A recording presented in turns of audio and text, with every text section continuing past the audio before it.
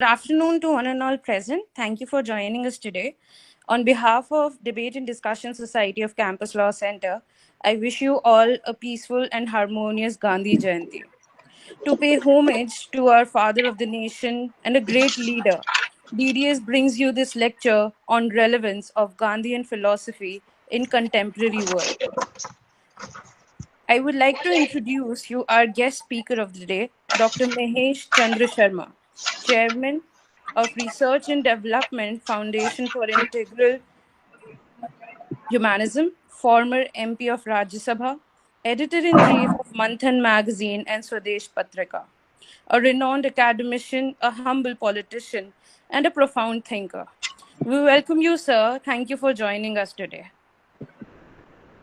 I would now like to request Dr. Raman Mittal, sir, to address us on this austere occasion of Gandhi Jayanti. Thank you very much, Honorable Dr. Mahesh Chandra Sharma ji, my colleagues at the Faculty of Law, dear students. It's my privilege to give my introductory remarks today on the occasion of Gandhi Jayanti. I would like to start the introductory remark with a small story. A tribal king once went to a big city for the first time. He wanted to get himself photographed. So he was taken to a studio. He had never seen a studio like that. And the photographer in that studio had a board just on the very gate of his studio, on which was written something like this. It was written, "Have yourself photographed as you like. Just as you are, ₹100. Just as you like, you are. Just as you think you are, ₹150. Just as you want to show yourself to others, ₹200.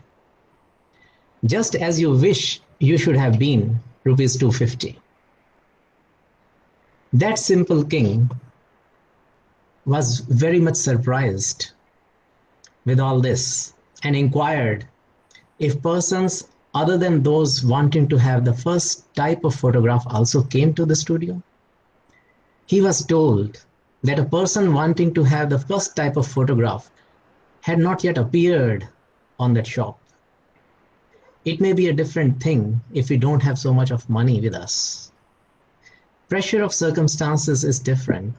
Otherwise, who would like to have the first type of photograph as you are, photograph as you are?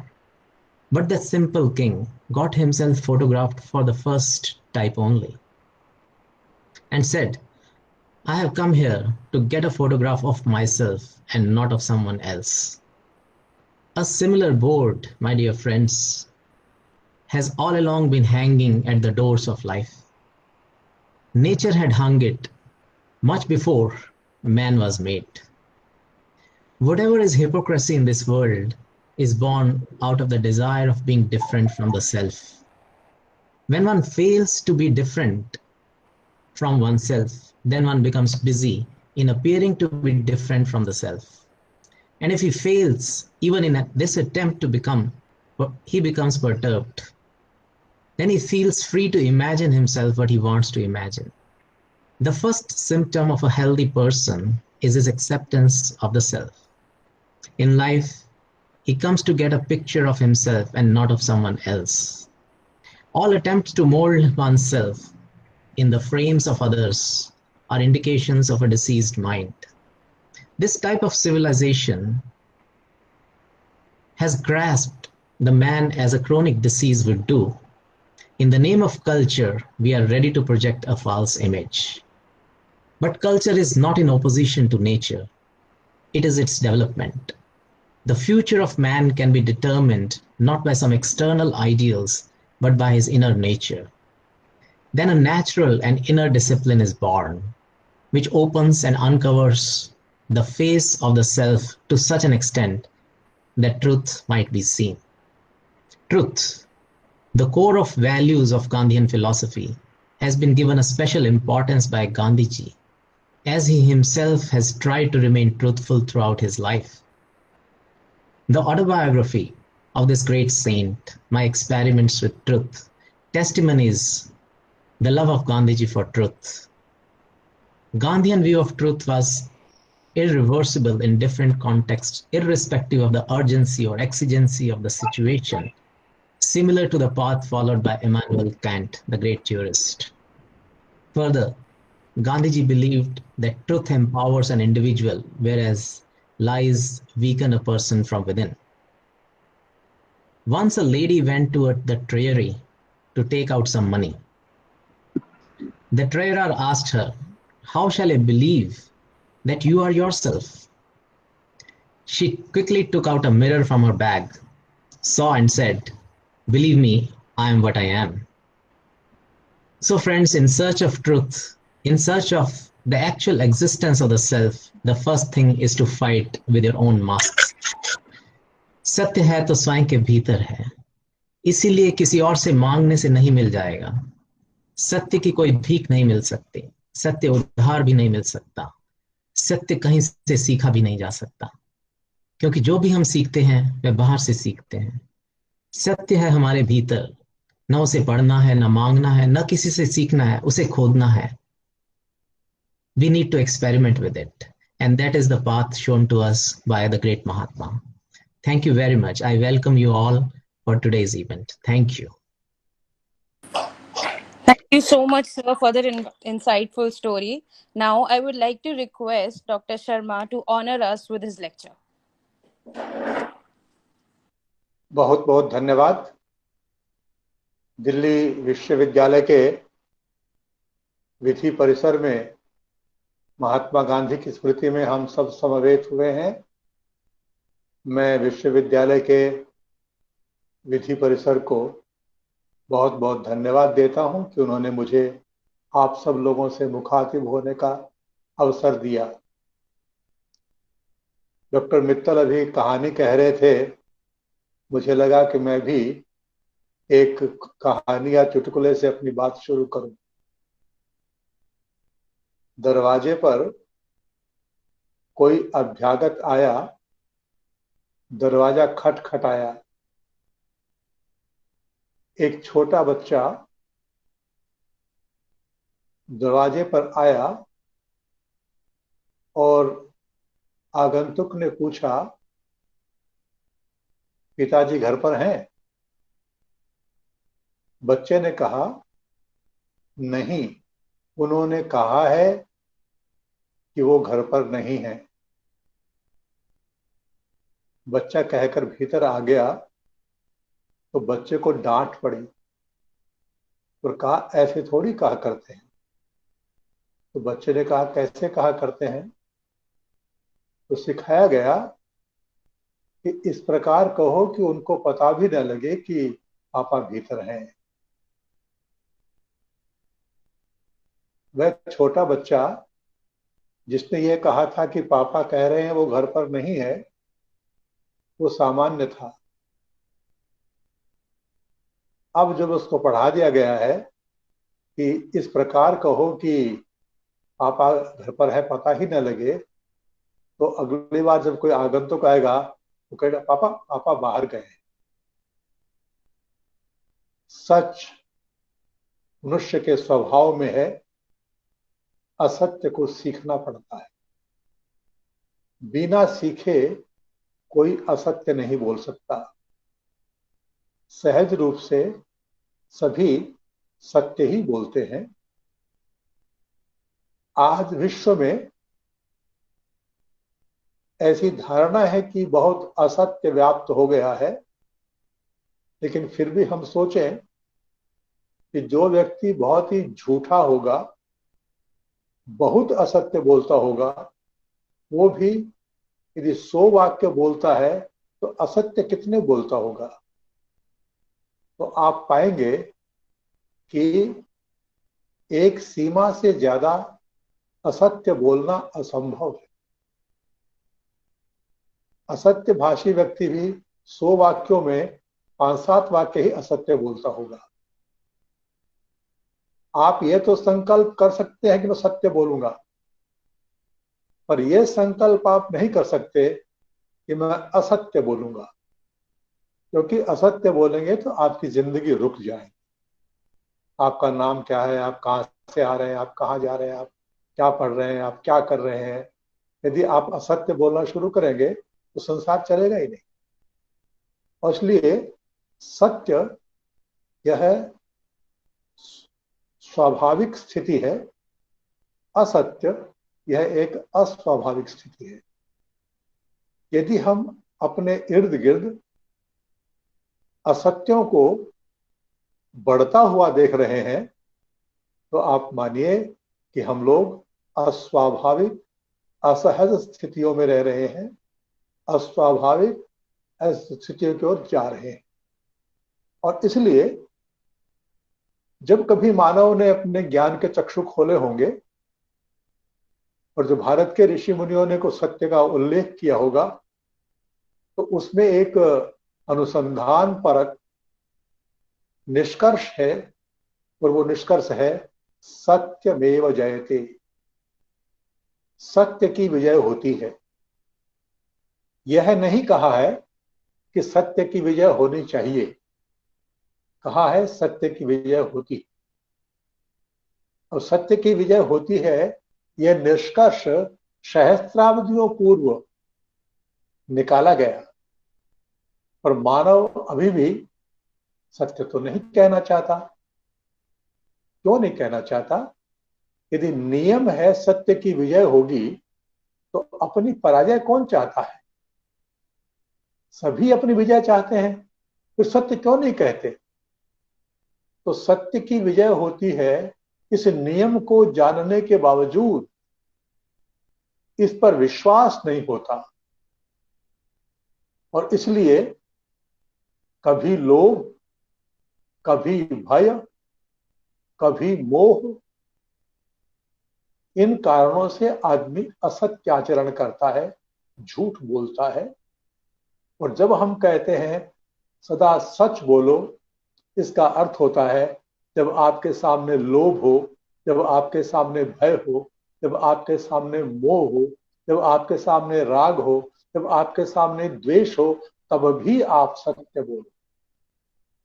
सामान्य स्थिति में सभी सत्य बोलते हैं, तो जब भय, द्वेष, राग, लोभ, मोह सामने हो तब भी सच बोलो। यह मानव जानता युगों से है, पर इस पर आचरण नहीं कर पाता।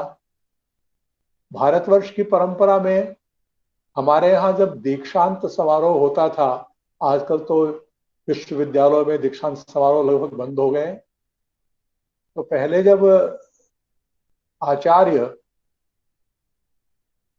अपने विद्यार्थी को दीक्षांत के बाद घर भेजते थे तो उसको 3 बातें कहते थे। पहली बात थी सत्यम वद, सत्य बोलो। दूसरी बात थी धर्मचर, धर्म का आचरण करो। धर्म कहने की चीज नहीं है, धर्म यानी रिलीजन नहीं, धर्म धर्म होता है।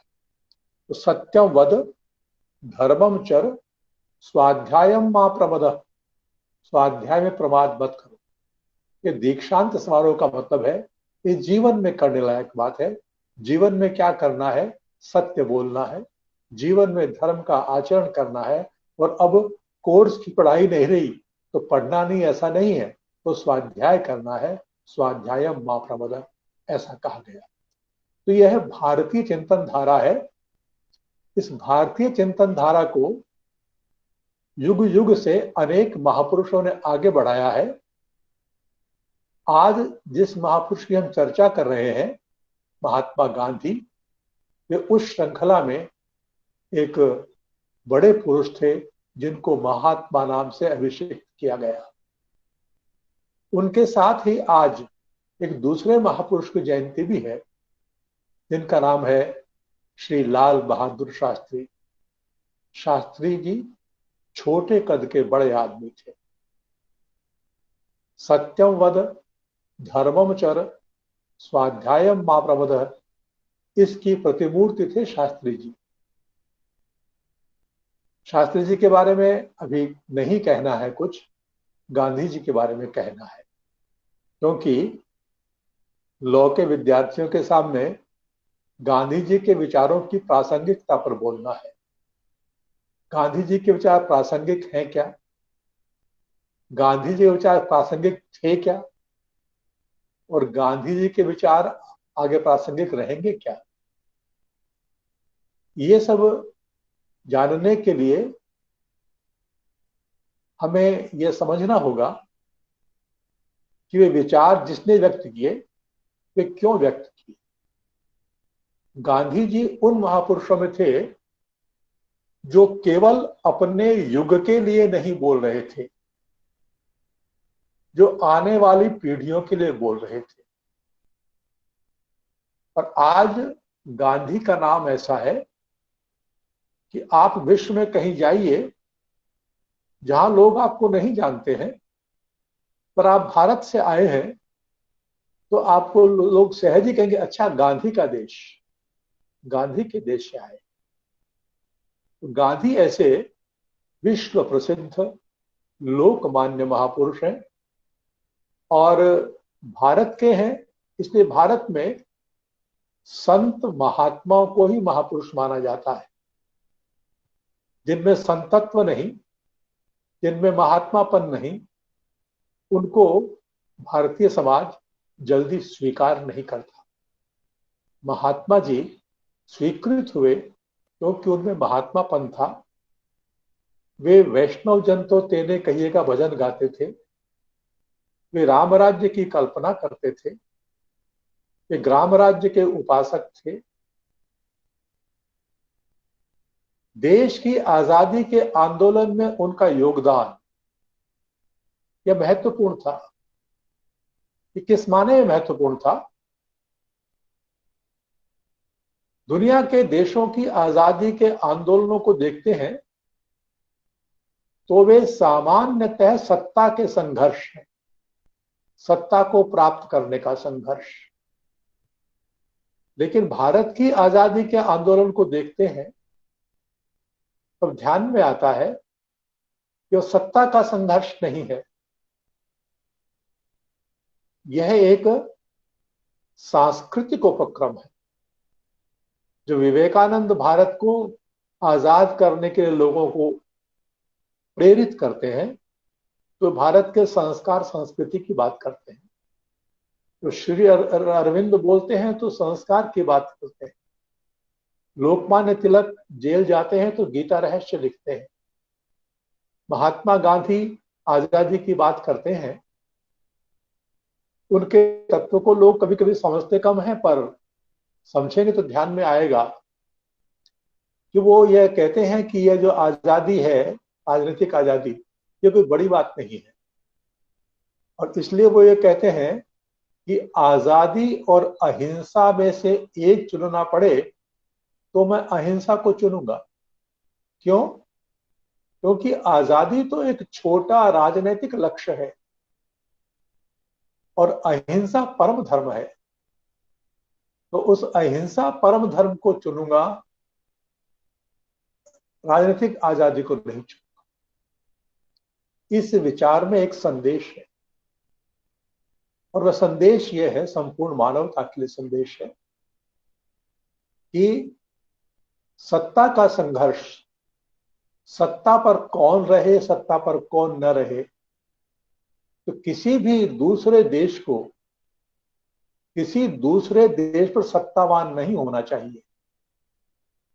यह एक छोटी बात है, लेकिन मानवता के जीवन में हिंसा से मुक्ति हो तो किसी देश की राजनीतिक मुक्ति से अधिक महत्वपूर्ण है संपूर्ण मानवता की हिंसा से मुक्ति। तो जब कोई गांधी से पूछता है कि अहिंसा और आजादी में एक चुनना हो तो कौन सी चुनेंगे, गांधी कहते हैं देश की राजनीतिक मुक्ति से अधिक महत्वपूर्ण है मानव की हिंसा से मुक्ति। अब यह जो बात है, अहिंसा परमो धर्म, यह भारत की संस्कृति में प्राचीन काल से कहा जा रहा है। अब यह आज के विश्व में रेलेवेंट है कि नहीं, या आने वाले विश्व में रेलेवेंट रहेगा कि नहीं रहेगा। तो भारत की परंपरा ने इसको सनातन धर्म कहा है। सनातन धर्म का मतलब होता है जो आज भी है, जो कल भी था और जो आने वाले कल भी रहेगा, जो समाप्त नहीं होता वो सनातन होता है। तो वैसे ही गांधी जी ने जिस सनातन परंपरा से यह विचार लिया, यह विचार कभी भी इररिलेवेंट, कभी भी अप्रासंगिक नहीं होगा, हमेशा प्रासंगिक ही रहेगा। लेकिन इस विचार को समझने की आवश्यकता है। समझने का एक सूत्र तो गांधी के इस वाक्य में है कि आपको आजादी और अहिंसा में से एक चुनना हो तो आप किसे चुनेंगे। पर इसको यदि न समझें या अधूरा समझें या गलत समझें तो आपको एक विरोधी वाक्य बताता हूं मैं। पर जो विरोधी वाक्य है वो है, नेताजी सुभाष चंद्र बोस ने कहा, नौजवानों को कहा, तुम मुझे खून दो मैं तुम्हें आजादी दूंगा। तो नेताजी का वाक्य तुम मुझे खून दो मैं तुम्हें आजादी दूंगा और गांधी जी की अहिंसा, इसमें परस्पर विरोध है क्या? इसमें विरोध है। किस बात का विरोध है? बात का विरोध है कि गांधी जो बात कह रहे हैं वो एक सनातन बात कह रहे हैं और सुभाष बोस जो बात कह रहे हैं वो एक तात्कालीन और युगीन बात कह रहे हैं। इसलिए सिंगापुर में जब तिरंगा लहराया सुभाष बाबू ने और वहां भाषण दिया, तब उन्होंने कहा, हम आजाद हिंद फौज के नौजवान अपना बलिदान देकर के देश को आजाद करेंगे और फिर गांधी के चरणों में सौंप देंगे कि बापू अब इसे अहिंसा से संवारो। और गांधी जी जो अहिंसा की बात करते थे, उनके विचारों से कोई सहमत हो चाहे असहमत हो, तो जब प्रथम विश्व युद्ध में यूरोप के देश लड़ रहे थे, तब जो ब्रिटिश पक्ष था, जो मित्र राष्ट्र थे, उन मित्र राष्ट्रों के पक्ष में महात्मा गांधी ने, प्रथम महायुद्ध में महात्मा गांधी ने ब्रिटिश पक्ष में लोगों को सेना में भर्ती होने का आह्वान किया। लोगों को अंग्रेजों की सहायता करने का आह्वान किया, क्योंकि उनको लगता था कि अंग्रेज हमें गुलाम बनाए हुए हैं, यह बुरी बात है। पर आज दुनिया में जैसी ताकतों से अंग्रेज लड़ रहे हैं, वे ताकतें उनसे बुरी है और इसलिए उनकी सहायता करनी चाहिए। यह उदाहरण मैंने इसलिए दिया कि हम ठीक ठीक समझ सके कि अहिंसा का क्या अर्थ है और क्या नहीं। जब देश का बंटवारा हुआ, गांधी तो अहिंसा की बात करते थे, बंटवारा तो हिंसा पूर्वक हुआ था। देश का बंटवारा हुआ तो लूटे पिटे लोग जब आते थे सिंध से, पंजाब से, तो किसी ने अपनी कहानी कही कि मेरे सामने मेरी बेटी के साथ ऐसा हुआ, मेरे परिवार से ऐसा किया गया, और थोड़ा बिलखते थे। तो गांधी ने बहुत मासूमियत से कहा कि तुम्हारी बेटी के साथ बदसलूकी होती रही और तुम यह कहानी कहने जिंदा रहकर यहां आ गए। और उन्होंने कहा, मेरी अहिंसा कायरों की अहिंसा नहीं है। कायरता और हिंसा में एक चुननी हो तो मैं हिंसा को चुनूंगा। और इसलिए मुझे लगता है गांधी जी का सत्य, गांधी जी की अहिंसा, यह कोई गांधी जी की मौलिकता नहीं है, यह भारत की सनातन संस्कृति के हिस्सा है। गांधी जी में हिम्मत थी कि राजनीति के क्षेत्र में आकर भी वो इन बातों को बोल सके। और इसलिए आज संपूर्ण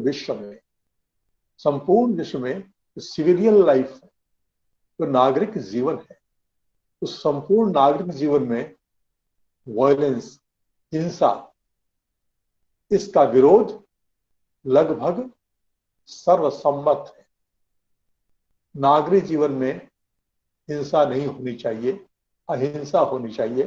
पर समग्र जीवन में हो सकती है क्या? तो समग्र जीवन में अहिंसा, यह मानवता की स्थिति अभी नहीं आई, आनी चाहिए कभी न कभी, पर समग्र जीवन में अहिंसा की स्थिति नहीं आई है। और इसलिए अहिंसा तो एक नेगेटिव कॉन्सेप्ट, जिसमें हिंसा का निषेध है। तो भारत की सनातन परंपरा है, वो केवल अहिंसावादी नहीं है, अहिंसा उसका ऑफशूट है, वास्तव में वो शांतिवादी है। हमारे यहाँ हर किसी मंत्र के बाद ओम शांति, ओम शांति, शांति बोला जाता है। शांति होने पर हिंसा का विचार ही नहीं आता, हिंसा का विचार ही अशांति में आता है। कोई भी व्यक्ति या कोई भी पशु, कोई भी जीव शांत रहते हुए हिंसक नहीं बन सकता। हिंसा होने के लिए अशांति जरूरी है, और इसलिए शांति की आवश्यकता है। और इसलिए न केवल मानव, न केवल पशु पक्षी, न केवल पेड़ पौधे, न केवल ग्रह नक्षत्र, सभी शांत होने चाहिए। और सबको शांत होने की क्या प्रक्रिया है, इसका अनुसंधान जब से भारत ने अपनी चेतना को संभाला है, तब से लेकर आज तक वह चल रहा है। महात्मा जी के जीवन में जिन सिद्धांतों, जिन विचारों की प्रमुखता है, आजादी के आंदोलन के नेता तो वे बाद में बने, पहले उन गुणों के कारण समाज ने उनको महात्मा के रूप में पहचाना, उनको संत के रूप में जाना। और आपको मालूम होगा कि आजादी के आंदोलन की राजनीति में भारत विभाजन की जो त्रासदी हुई, उसकी शुरुआत कैसे होती है? उसकी शुरुआत ऐसे होती है कि जिन्ना देश की राजनीति से बाहर चले जाते हैं। जब अफ्रीका से लौट के आए थे महात्मा गांधी, तो कांग्रेस के बड़े नेताओं में जिन्ना की बड़ी गिनती थी, और गोपाल कृष्ण गोखले, लोकमान्य तिलक, ऐसे श्रेष्ठ पुरुष उस वक्त थे। लेकिन जब गांधी जी को गोखले ने कहा कि आजादी के आंदोलन का नेतृत्व करने के पहले तुम पहले देश में घूम के आओ, जब वो घूमने गए तो वो तो बैरिस्टर थे, कोट पैंट टाई लगाकर आए थे। तो यात्रा प्रारंभ की थी तब वो बैरिस्टर के वेश में थे, और जब यात्रा का अंत हुआ 2 साल बाद, तब वो लंगोटी वाले बन गए, कपड़े उतर गए उनके। और सारे देश में घूमकर उन्होंने देश के आम आवाम को आजादी के लिए आह्वान किया। तो 1920 में कांग्रेस का पहला अधिवेशन है, 1920 में कांग्रेस का पहला अधिवेशन है जहां मासेज उपस्थित है, गांव के लोग आए हैं, किसान आए हैं। इसके पहले कांग्रेस के अधिवेशनों में एलीट, पढ़े लिखे लोग, सामान्यतया वकील, प्रोफेसर, ऐसे लोग इकट्ठा होते थे, अंग्रेजी बोलते थे और क्राउन के पक्ष में प्रस्ताव पास किया करते थे। ये 20 का अधिवेशन पहला अधिवेशन है जहां इतनी बड़ी संख्या में लोग आए, और इसके आने का बड़ा कारण गांधी था। पर तब तक मंच के बड़े नेता तो जिन्ना थे। तो जिन्ना मंच पर खड़े हुए, और जब अपना उन्होंने संबोधन किया, तो संबोधन में उन्होंने कहा मिस्टर गांधी। जो ही जिन्ना ने कहा मिस्टर गांधी, तो भीड़ चिल्लाई, महात्मा कहो, मिस्टर नहीं महात्मा कहो। जिन्ना तो जिद्दी थे, उन्होंने फिर कहा मिस्टर गांधी। भीड़ फिर चिल्लाई, महात्मा कहो। जिन्ना ने फिर तीसरी बार कहा मिस्टर गांधी, भीड़ फिर चिल्लाई महात्मा कहो। गुस्से में आए, जिन्ना मंच से उतरे और चले गए। यह वो जिन्ना है जो आजादी के आंदोलन में लोकमान्य तिलक के साथ थे। ये वो जिन्ना है जिन्होंने गांधी जी के खिलाफत मूवमेंट का विरोध किया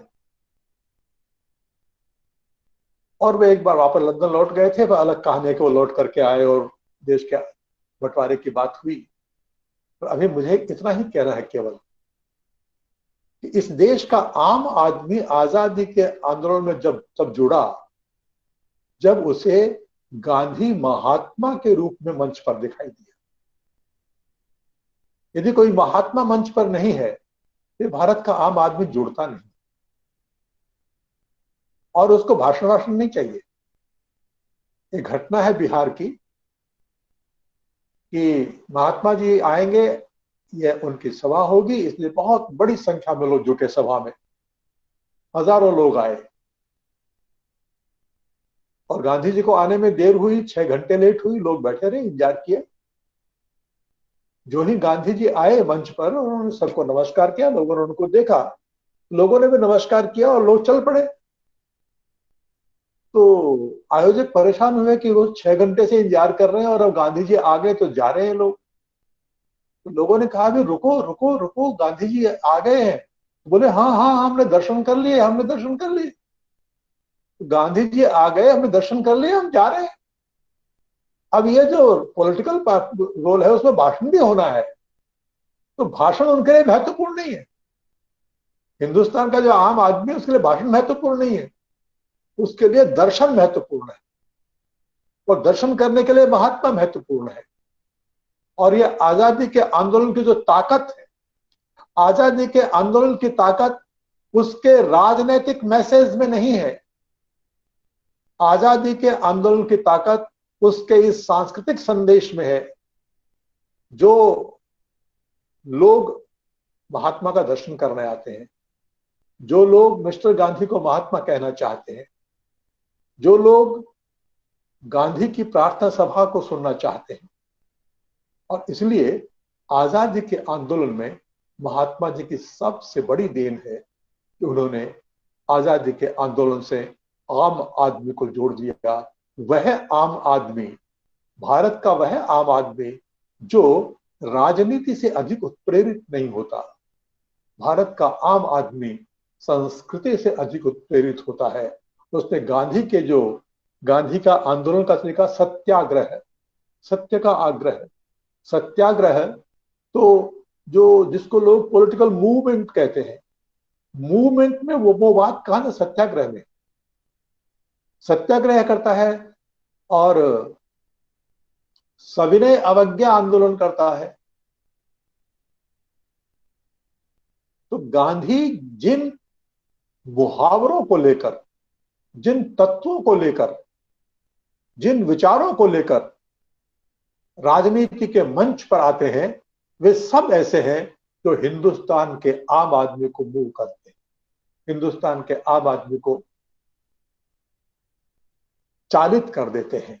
और मैं समझता हूं कि यह भी ऐसी बात है कि जब आप यदि किसी भी समाज के आम आदमी को जोड़ना चाहते हैं तो जो उसके संस्कार, संस्कृति और इतिहास है उसकी बात करेंगे तो वह जुड़ेगा।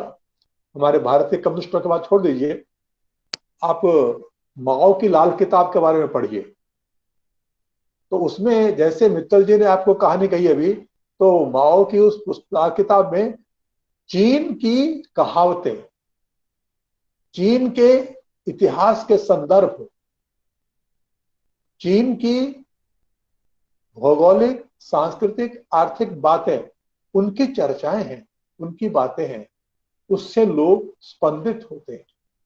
और इसलिए किसी भी समाज को यदि आप जागृत करना चाहते हैं तो आप उसकी चिति, उसकी चेतना, उसको स्पर्श कीजिए। महात्मा गांधी ने उस चेतना को स्पर्श किया और आज, आने वाले कल और कभी भी जो समाज में आंदोलन करना चाहते हैं उन्हें समाज की चेतना को स्पर्श करना पड़ेगा। यदि आप समाज की चेतना को स्पर्श नहीं करेंगे तो जो स्लोगनरी है, जो नारेबाजी है, उससे कोई स्थायी और लंबे आंदोलन नहीं होते। वो तात्कालिक चुनाव के लिए काम आ सकते हैं। और इसलिए मैं समझता हूं कि सामाजिक आंदोलन के संदर्भ में सत्याग्रह और सविनय अवज्ञा का आंदोलन महात्मा गांधी का बड़ा कंट्रीब्यूशन है। ये सब करना आसान भी नहीं था। महात्मा जी के वैसे तो 1909 में उन्होंने लिखी थी हिंद स्वराज। हिंद स्वराज क्या है? हिंद स्वराज, उसका नाम हिंद स्वराज है, और उससे आप हिंद हटा दीजिए, केवल स्वराज रखिए, तो संपूर्ण मानवता की किताब है। और महात्मा जी ये कहना चाहते हैं कि ये जो यूरोपीय साम्राज्यवाद जो एशिया में छाया हुआ है, यूरोपीय साम्राज्यवाद जो अफ्रीका में छाया हुआ है, यह यूरोपीय साम्राज्यवाद केवल एक राजनीतिक बुराई नहीं है। यह यूरोपीय साम्राज्यवाद एक राक्षसी शैतानी संस्कृति का प्रतीक है। इसलिए मुद्दा यह नहीं है कि राज कौन करेगा, मुद्दा यह है कि जो शैतानियत है, ये जो राक्षसियत है, इसको जाना चाहिए। और आप में से किसी ने यदि हिंद स्वराज नहीं पढ़ी है तो पढ़ना चाहिए। हिंद स्वराज के पढ़े बिना आपको लॉ की डिग्री नहीं मिलनी चाहिए। हिंद स्वराज जरूर पढ़िए। पढ़ेंगे तो आपको ध्यान में आएगा कि आज के हमारे इंस्टीट्यूशन, ये हमारी संसद, ये हमारे डॉक्टर, ये हमारे वकील, ये हमारे जज, इनके बारे में गांधी क्या कहते हैं? क्योंकि ये सारी संस्थाएं वही हैं जो यूरोप से आई हैं, और इनके भीतर जो इनबिल्ट इनह्यूमैनिटी है, इनके भीतर जो एक असंवेदनशील तांत्रिकता है, महात्मा गांधी उस पर प्रहार करते हैं और जो कहते हैं हमें हिंद में स्वराज चाहिए। स्वराज का मतलब है हमें मानवीय सभ्यता चाहिए। उस मानवीय सभ्यता को उन्होंने एक भजन में सबके सामने पेश किया था, नरसिंह मेहता का भजन, वैष्णव जन तो तेने कहिए जो पीर पराई जाने रे, जिसको हमारे यहां रामायण में कहा गया है, परहित सरिस धर्म नहीं भाई, पर पीरासम नहीं अधमाई। तो जो मानवीय संवेदनाएं हैं, उन मानवीय संवेदनाओं के सहित हमें सामाजिक और राजनीतिक व्यवस्थाएं चाहिए। इसका गहरा वर्णन है हिंद स्वराज में। इसलिए जो पश्चिम की भौतिक, औद्योगिक, स्पर्धी संस्कृति है, उसका वो उच्छेदन करते हैं, उच्चाटन करते हैं। हिंद स्वराज आज भी बहुत रेलेवेंट है, उसे पढ़ना चाहिए। और 1941 में उन्होंने रचनात्मक कार्यों के लिए एक पुस्तक लिखी थी, जो बाद में कहा गया उनकी अंतिम वसीयत है। उसमें उन्होंने 18 काम बताए थे, और उन 18 कामों में जो वर्णन है, तो उसमें महिला है, बाल है, आर्थिक स्थितियां है, स्वच्छता है, उन सब का वर्णन है। और इसलिए मैं समझता हूं कि महात्मा जी का जीवन अपने आप में एक किताब है, और उसको हमें जरूर समझना चाहिए, उसको हमें जरूर जानना चाहिए, और महात्मा जी का मूल्यांकन भी करना चाहिए। महात्मा जी के विचार कितने भी प्रासंगिक क्यों न हो, पर वे उपेक्षा के शिकार हुए, और महात्मा जी अपने जीवन में विफलता का बोध लेकर मरे, सफलता का बोध लेकर नहीं मरे। विफलता का बोध क्या था? जिस प्रकार से उन्होंने हिंदू मुस्लिम एकता करने की कोशिश की, बहुत लोग समझते हैं, मैं भी समझता हूं कि वो कोशिश गलत प्रकार से की गई, गलत कोशिश थी, पर अच्छे मन से की गई कोशिश थी।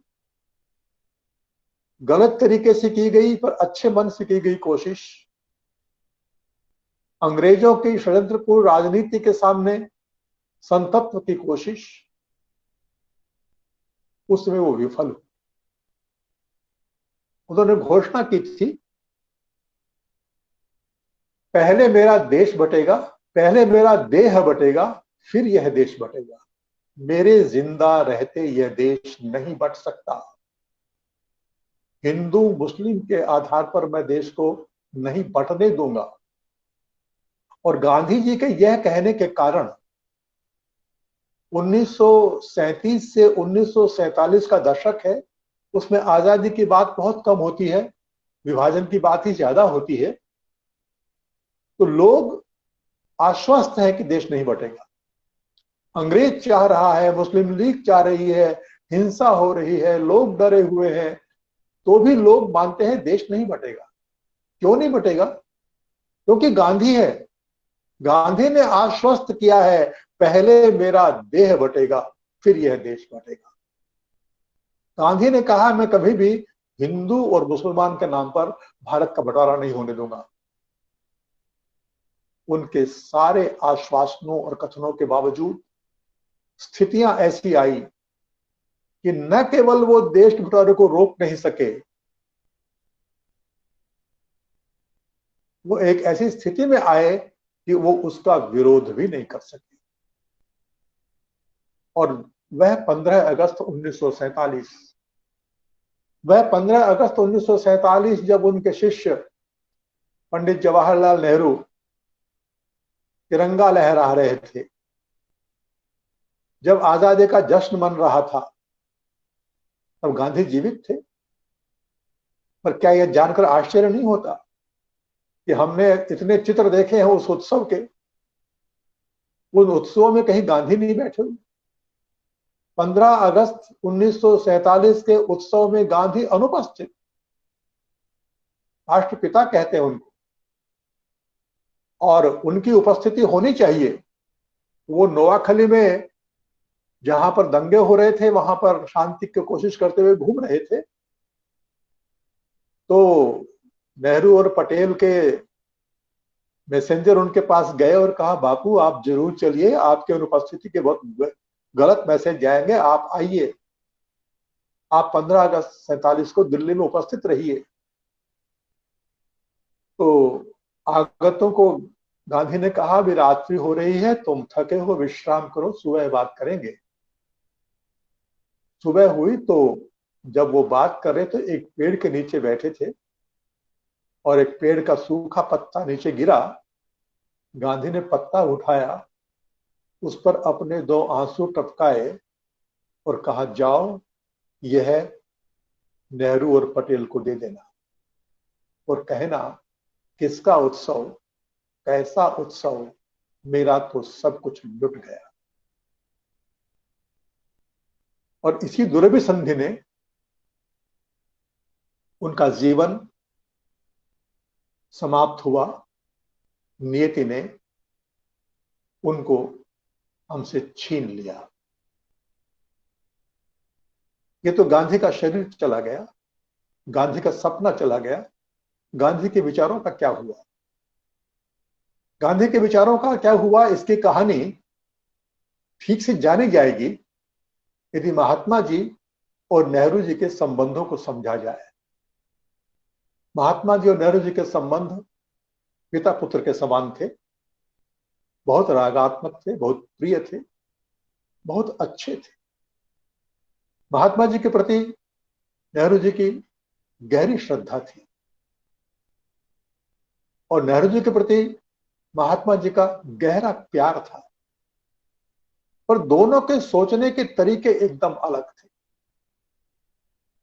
जब गांधी जी हिंदू स्वराज के बारे में बातें कर रहे थे, पश्चिमी सभ्यता की आलोचना कर रहे थे, पश्चिमी संस्थाओं की आलोचना कर रहे थे, ग्राम स्वराज्य की बात कर रहे थे, गौ रक्षा की बात करते थे, पशुपालन की बात करते थे, विकेंद्रीकरण की बात करते थे, थोड़ा नेहरू परेशान हुए। तो 1935 में नेहरू ने एक पत्र लिखा गांधी जी को और यह लिखा कि आप बहुत आलोचना करते हैं पश्चिमी संस्कृति की, ऐसी कोई बात नहीं है, वो तो औद्योगिकरण के साथ पूंजीवाद मिक्स हो गया, इसलिए ऐसा हो गया है। और आपकी किताब जो आपने 1909 में लिखी थी, उसके बाद तो बहुत पानी बह गया है, दुनिया बदल गई है। और आपको इस विषय पर सोचना चाहिए।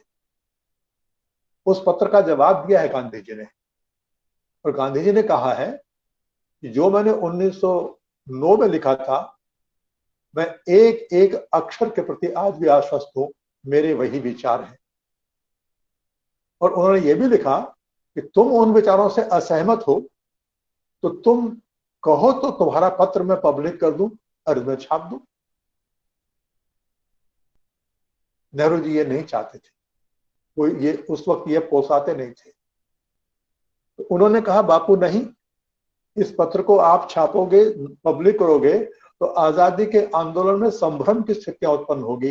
इतिहास तय करेगा आप सही हो कि मैं। इतिहास ने तय कर दिया, इतिहास ने तय कर दिया गांधी गलत थे, नेहरू सही थे। अंग्रेजों के साथ देश के बंटवारे को लेकर जो सत्ता का हस्तांतरण हुआ, वह एक कंटिन्यूटी थी। उस कंटिन्यूटी के वाहक बने पंडित जवाहरलाल नेहरू। गांधी ने बीबीसी को अंतिम अपना इंटरव्यू दिया तो उन्होंने कहा, दुनिया से कह दो गांधी अंग्रेजी भूल चुका है। अभी 70 साल में जो स्थिति बनी है वो ये बनी है कि 70 साल पहले जो अंग्रेजी की स्थिति नहीं थी, उससे ज्यादा भयानक स्थिति अंग्रेजी की आज है कि भारत का जन जन अंग्रेजी सीखना चाहता है। मेरा रिक्शे वाला, चाय वाला भी चाहता है मेरा बच्चा अंग्रेजी पढ़े। लोगों को इस बात की शिकायत नहीं है कि मेरी संतान को विदेशी भाषा पढ़ने के लिए क्यों बाध्य किया जा रहा है, वरन लोगों को अपने बच्चों से शिकायत है कि तू पढ़ता क्यों नहीं है, अंग्रेजी में होशियार क्यों नहीं। यह बात मैंने खाली एक उदाहरण के तौर पर कही, यह बात संपूर्ण व्यवस्था पर लागू होती है। और आज जिस व्यवस्था को हम चला रहे हैं, वह व्यवस्था वही है जो ब्रिटिश इंडिया हमको देकर गया। ग्राम स्वराज्य की बात आजादी के आंदोलन के बाद संविधान सभा में जो बहस हुई, डॉक्टर अंबेडकर और उनके साथ जो बातचीत हुई, उन सबको हम जानते हैं, पढ़ सकते हैं। लेकिन विकेंद्रित ग्राम स्वराज्य, भारत की पंचायत व्यवस्थाओं का ग्राम स्वराज्य और भारत की प्रकृति का राम राज्य, इसकी कुछ बातें गांधी जी बोलते थे, आज वे सभी बातें अप्रासंगिक मान ली गई। गांधी जी के 18 रचनात्मक कार्य वे भी अप्रासंगिक मान लिए गए हैं। और इसलिए मैं समझता हूं, यदि मानवता को सुख चाहिए, यदि मानवता को शांति चाहिए, यदि मानवता को सुकर जीवन चाहिए, यदि मानवता को आने वाली स्वस्थ पीढ़ियां चाहिए, तो गांधी जी के विचार बहुत प्रासंगिक है, बहुत रेलेवेंट है, उसके बिना पार नहीं पड़ेगी। और यदि ये नहीं चाहिए तो जैसा विग्रही जीवन आज का है, जैसा बेरोजगारी ग्रस्त अर्थव्यवस्था का जीवन आज का है, जैसा बेईमानी की राजनीति का जीवन आज का है, जैसा परस्पर अविश्वास का जीवन आज का है, वैसा ही चाहिए तो गांधी निश्चय ही अप्रासंगिक है, इररिलेवेंट है, किसी काम के नहीं। गांधी जी से सहमत असहमत अलग बात है।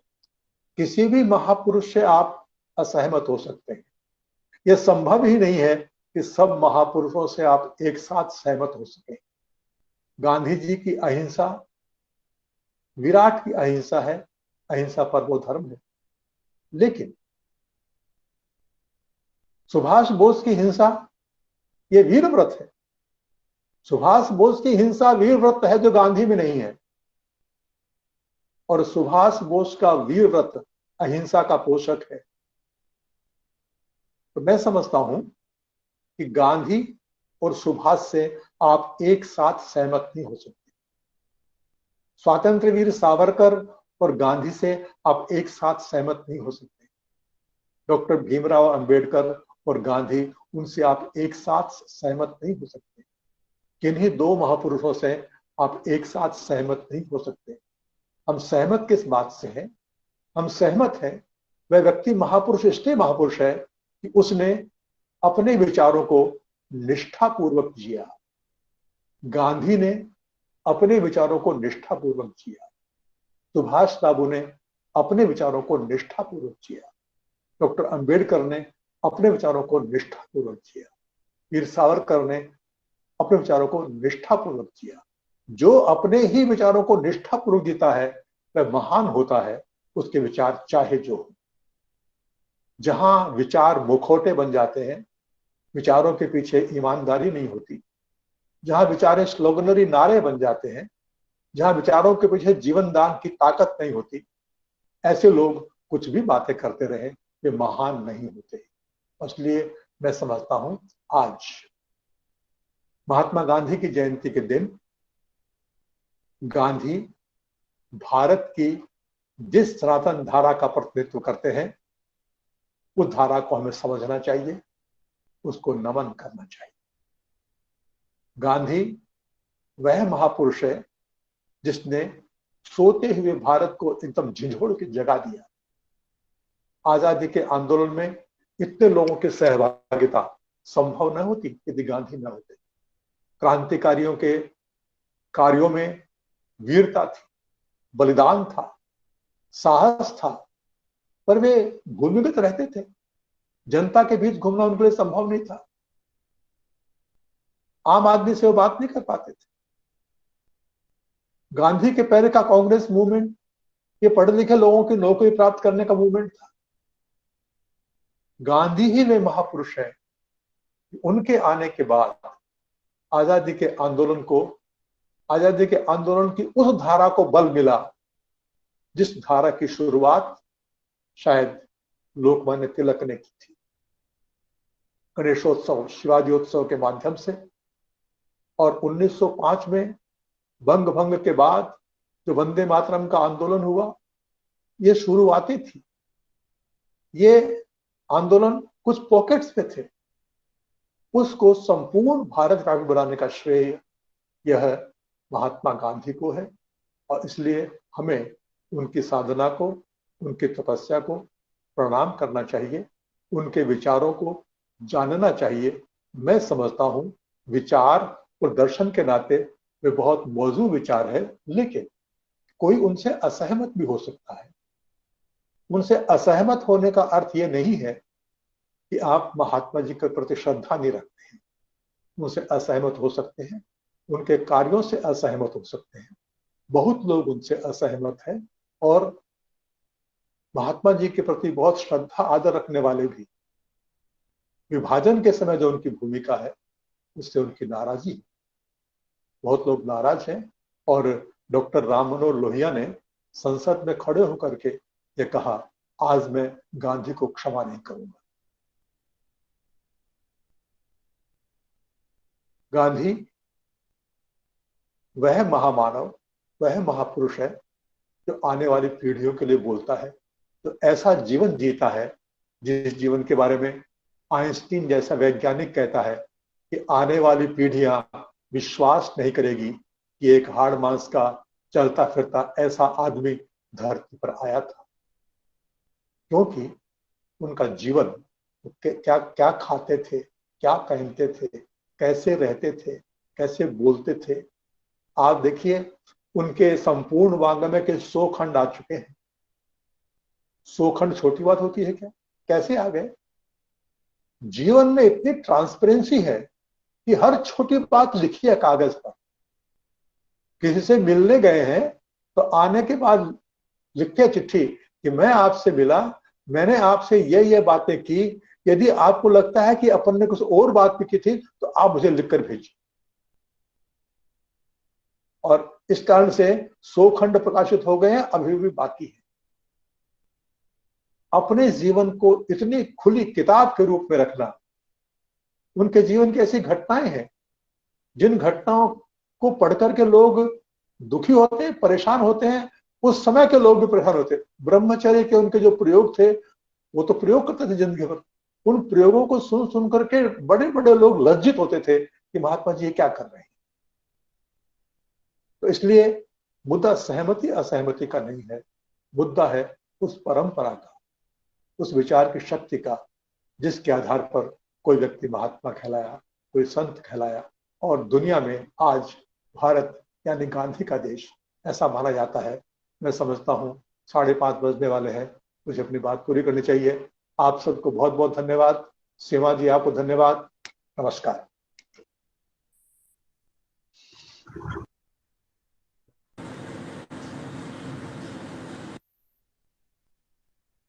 बहुत धन्यवाद सर। बहुत ही नमस्कार। सर बहुत ही सुंदर उद्बोधन था सर। और मुझे उम्मीद है कि समस्त जितने लोगों ने अभी इस प्रोग्राम को ज्वाइन कर रखा है और जो हमें फेसबुक पर देख रहे हैं, उनके लिए निश्चित रूप से ये बहुत ही लर्निंग एक्सपीरियंस था।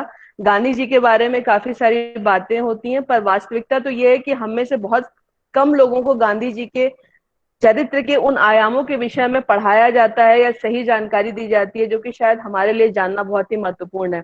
क्योंकि यहाँ पे लॉ के बहुत सारे विद्यार्थी हैं, तो बस मैं कुछ चीजों पे बहुत ब्रीफ में प्रकाश डालना चाहूंगी, क्योंकि कुछ बातें आपने, वैसे तो सारी बातें बहुत अच्छी थी, पर कुछ बातें ऐसी हैं जो हमारे लॉ के स्टूडेंट्स के लिए बहुत इंपॉर्टेंट हैं, क्योंकि हम लॉ में अक्सर नेचुरल लॉ ऑफ जस्टिस की बात करते हैं।